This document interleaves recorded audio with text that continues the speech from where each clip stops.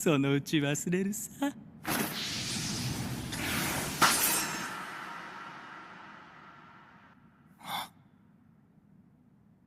祇園少女の鐘の声。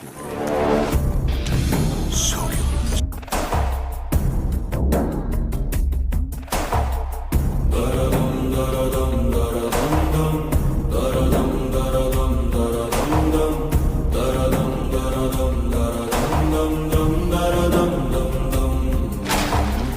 கழுத்தேறிய கைரோடு நட்பாய் கழுவும் ஒரு காலிலியும் நட்பாய் கனவும் ஒரு விழிப்புணர்வும் தரம் கூடிய கதையுண்டோ இணையும் என்றே இயற்பியல் எழுதியதோ